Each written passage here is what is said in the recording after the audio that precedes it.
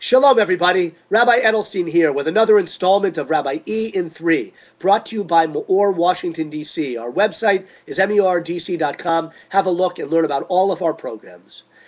I had a wonderful day yesterday skiing in Western Maryland with my kids, but woke up this morning rather achy.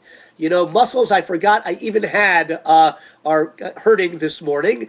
That's because when you don't use a muscle or a muscle system very often, then it hurts when you use it. You have to repeatedly use it to get it strong and well-toned and so on. So why am I telling you this? Because it has to do with the Torah portion.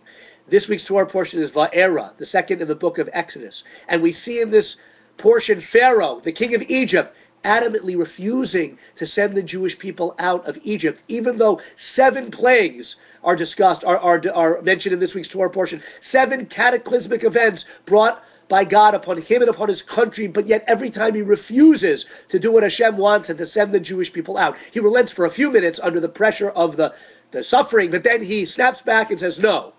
Why? Because he didn't go skiing. Not water skiing in the Nile.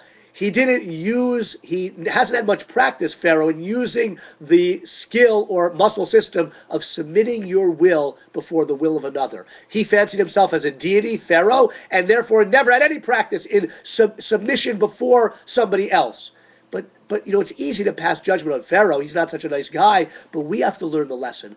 We have to learn to submit our will, our ego, our stubbornness before others when it's appropriate. We talked about that last week. When they're right and we're wrong, it takes strength. It's a muscle system to acknowledge. You have to develop that muscle system, submitting your own blind, egotistical will before others, and certainly before Hashem, before a higher authority. We have many, many commandments in the Torah, many mitzvot. Why so many?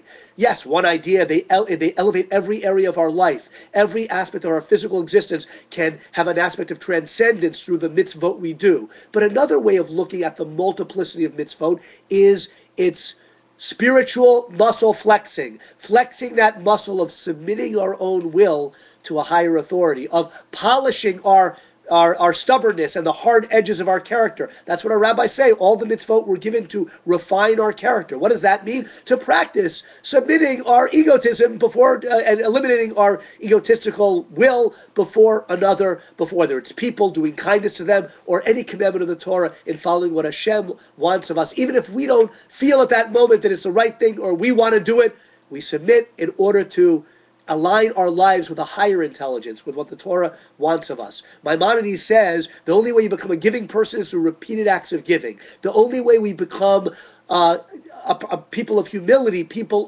who are not just blind egotists, is by submitting our will constantly, day in and day out, appropriately as the Torah directs. So flex that muscle of giving in, of not being so stubborn, following what the Torah wants, and then we won't be achy like I am today. Have a great Shabbos.